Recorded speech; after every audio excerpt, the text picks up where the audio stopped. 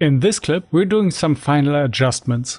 Now the problem with the corridor width was not limited to that design. All of the corridors were directly connected to the gateways. That means we have the same issue also on the first 3 designs. This gets a bit more obvious if we create a merge node and combine our corridors with the gateways. And now it's very obvious. The corridor wall is glitching through the wall of the gateway. This is true for the windows, the pipes and the cooling design. So we need to find a way to grab the operation we applied in the panel design and apply them to our previous variants. So let's head over to the panel design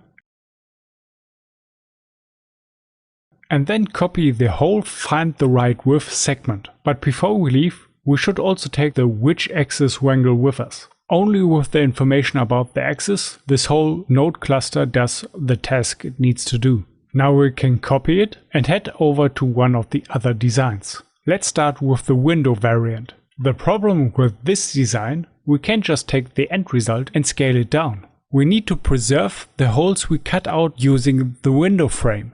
That means we need to take action before we did that cut. The Boolean operation was done with the result of this facet node. So let's paste our width adjustment right beside here. Now take the facet node and connect it to the which axis. When doing copy and paste operations like this, make sure that the node names and your specified path still match. After you corrected depending node names, let's take a look at the parameters we use. The width works fine, but in the first 3 designs we had nothing like the divide factor. So we have to come up with a different solution. The divide factor told us if we should split the wall by 1, 2 or 4. So the closest thing in this design is the panel count.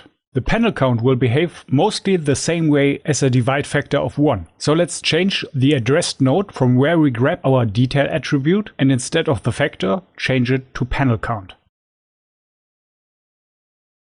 In the wrangle itself we only have to do a minor adjustment. In the channel factor we already have the value that we want to save in the float variable panels. So just remove the multiply by endpoints. Now that we changed the width of the corridor primitive, we need to connect the result of this to the next node of the original path. Thanks to Houdini's procedural approach, the changes will inherit throughout the whole network. But for the Windows design we also need the change primitive for the Boolean operation. And now all of our window corridors are scaled down. In the other 2 designs this will be a bit easier. But first let's grab this node cluster in addition to the ones that gave us the panel count. That includes this wrangle, the attribute create and the attribute transfer node. Copy that and then let's head over to the pipe network. As I said, these networks are easier to adjust. It would be a bit more complicated if the pipe end segment would have been on the outer end panel. But to keep our distance from the gates and have a clean ending for the design, we already left the last end panel empty, and that allows us to adjust the width of the corridor wall, which already is separated from the design itself. In the moment, the loop for the wall does nothing else than to give it thickness. Make some space by pulling those nodes way down, and let's start by bringing in the nodes for the panel count. Remember that we need to use the corridor before the divide and the facet node. Connect that to the first input of the getPanels wrangle and the begin of the for each loop into the second input. Check if the attribute create gets the panel count through the amount of primitives, and if so, take the attribute transfer and rewire it. The first input takes the beginning of the for each and brings in the panel count. And after that all we have to do is bring in the rest of the nodes, just select them all and plug them in. The width adjustment now should do its work without interfering with the rest of the network. When we go back to the final output node of this network, you can see that we still have a fair bit of space between the end segments and the end of the corridor. So we probably don't need to fear any intersection between the pipe design and the gates. But if you created your design in a different way and running out of space, you can always leave more end panels empty. One more reason why it's convenient to have an end segment of the design. You can always adjust how much space you need. The network for the wall, as you can see it here, is exactly the same as we needed for the cooling design. So copy all of it and then head over. Now here we created subnetworks, but that doesn't change its function. So jump inside the wall network and paste the nodes in. Then we only need to rewire the network path where the BLAST node selected the design ID.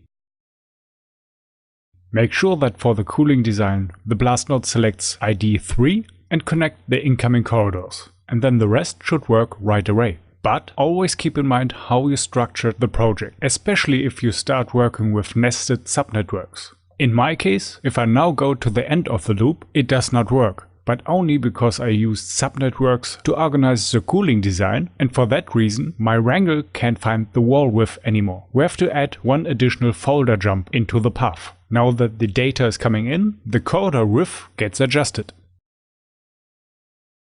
With all of that done, we can now go back to our control node and set the chosen designs back to 1 to 6. Let's find a view angle looking out of a gateway and check if everything looks as it should. And if it does, we can tackle the last big challenge in terms of creating geometry. We still need to build the floors and the ceilings of the corridors. In this module, you learned how you can create alternative designs by applying minor changes. You saw how you can create vectors using the given data and then use those to control operations like sort or clip. And finally, you saw how you can build adjustments for a given problem and then take that solution and apply it to already existing networks.